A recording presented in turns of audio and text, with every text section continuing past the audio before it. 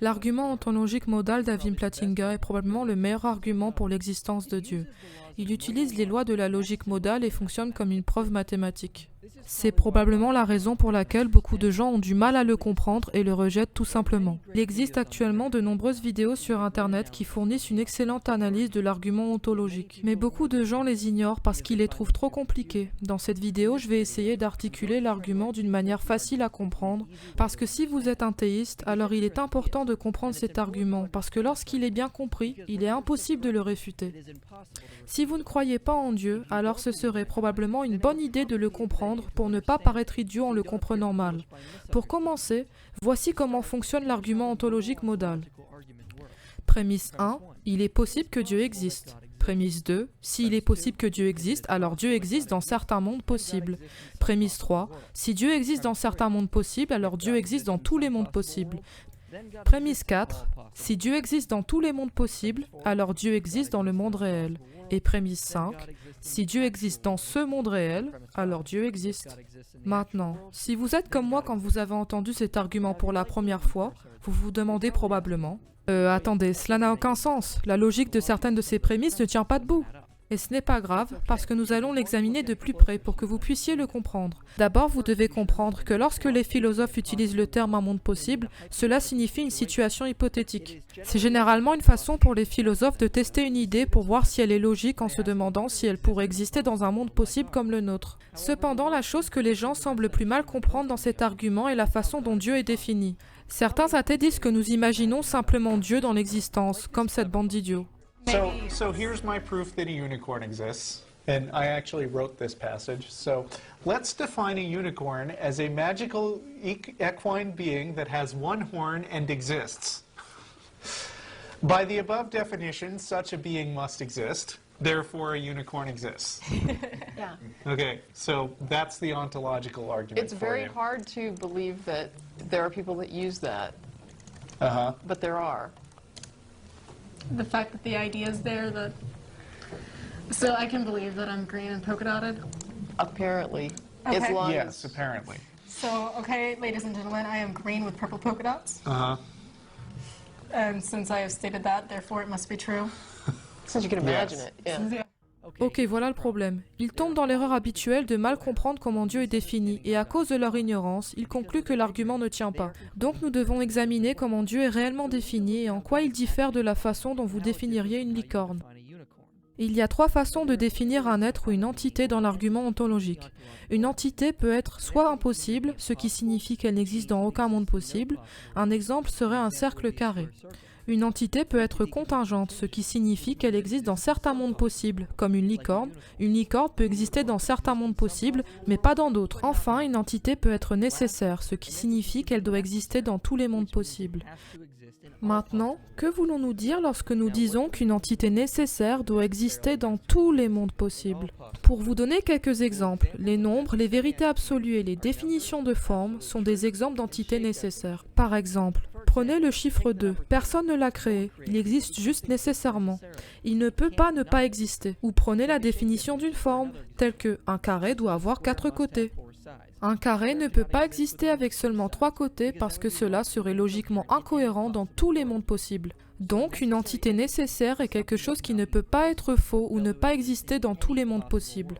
Elle doit donc nécessairement exister dans tous les mondes possibles. Donc lorsque nous parlons de Dieu dans cet argument, nous disons que s'il existe, il devrait être une entité nécessaire parce que Dieu est défini comme un être infiniment grand. Et un être infiniment grand est défini comme un être qui possède toutes les qualités qu'il vaut mieux avoir et que nous définissons comme des propriétés de grandeur. D'autres exemples sont l'amour, la sagesse et le pouvoir. Un être d'une grandeur maximale devrait également posséder ces propriétés dans leur étendue maximale. Il ne devrait pas non plus posséder de qualités qui sont mauvaises à avoir, telles que l'imperfection ou la corruption. Mais surtout, il devrait posséder la propriété de grandeur de nécessité, parce qu'être nécessaire est une propriété qu'il serait préférable d'avoir. Maintenant, si l'on revient aux termes que nous avons définis précédemment, si Dieu était contingent, il ne serait pas infiniment grand, car il n'existerait que dans certains mondes et serait inférieur à ce qu'il serait s'il existait dans tous les mondes possibles. L'idée que Dieu est nécessaire est conforme à l'Écriture. Colossiens chapitre 1, verset 16. car c'est en lui que toutes choses ont été créées, celles qui sont dans les cieux et celles qui sont sur la terre, les choses visibles et les choses invisibles, trône, domination, principauté, puissance, tout a été créé par lui et pour lui. Donc quand les sceptiques essaient de démentir cet argument en se contentant d'une licorne à la place de Dieu, ils essaient de définir Dieu de la même manière que vous définiriez un être contingent. Alors que lorsque nous utilisons Dieu dans l'argument ontologique, nous disons que Dieu est plus qu'un simple être contingent. Il est infiniment grand, et tout ce qui est infiniment grand doit être une entité nécessaire.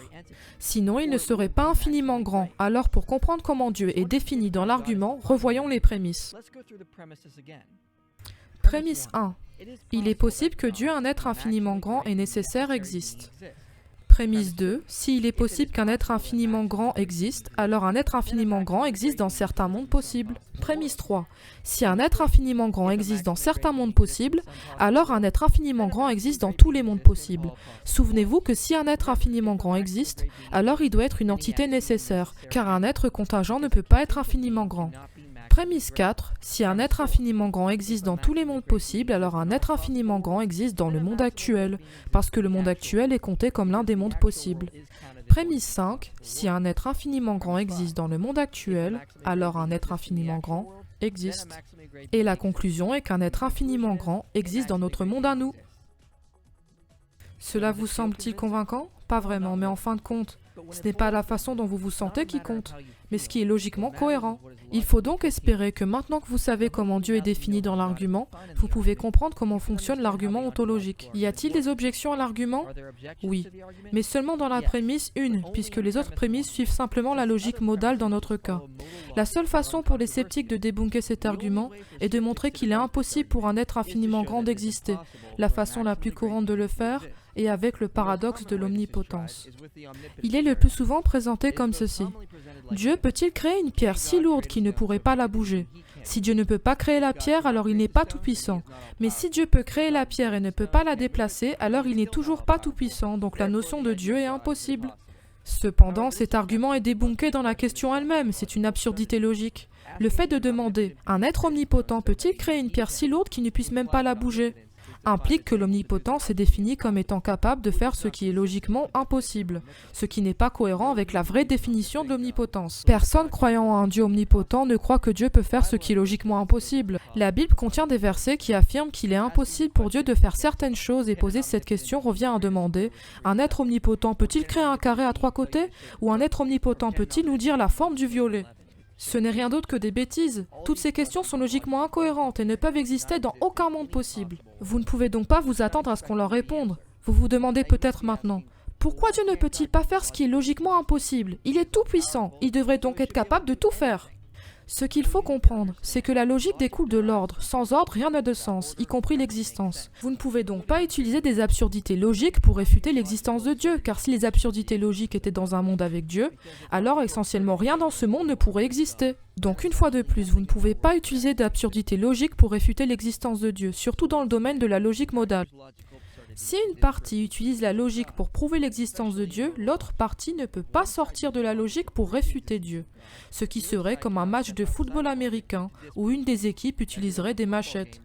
C'est pourquoi le paradoxe de l'omnipotence n'est pas accepté dans les milieux universitaires comme un argument valable.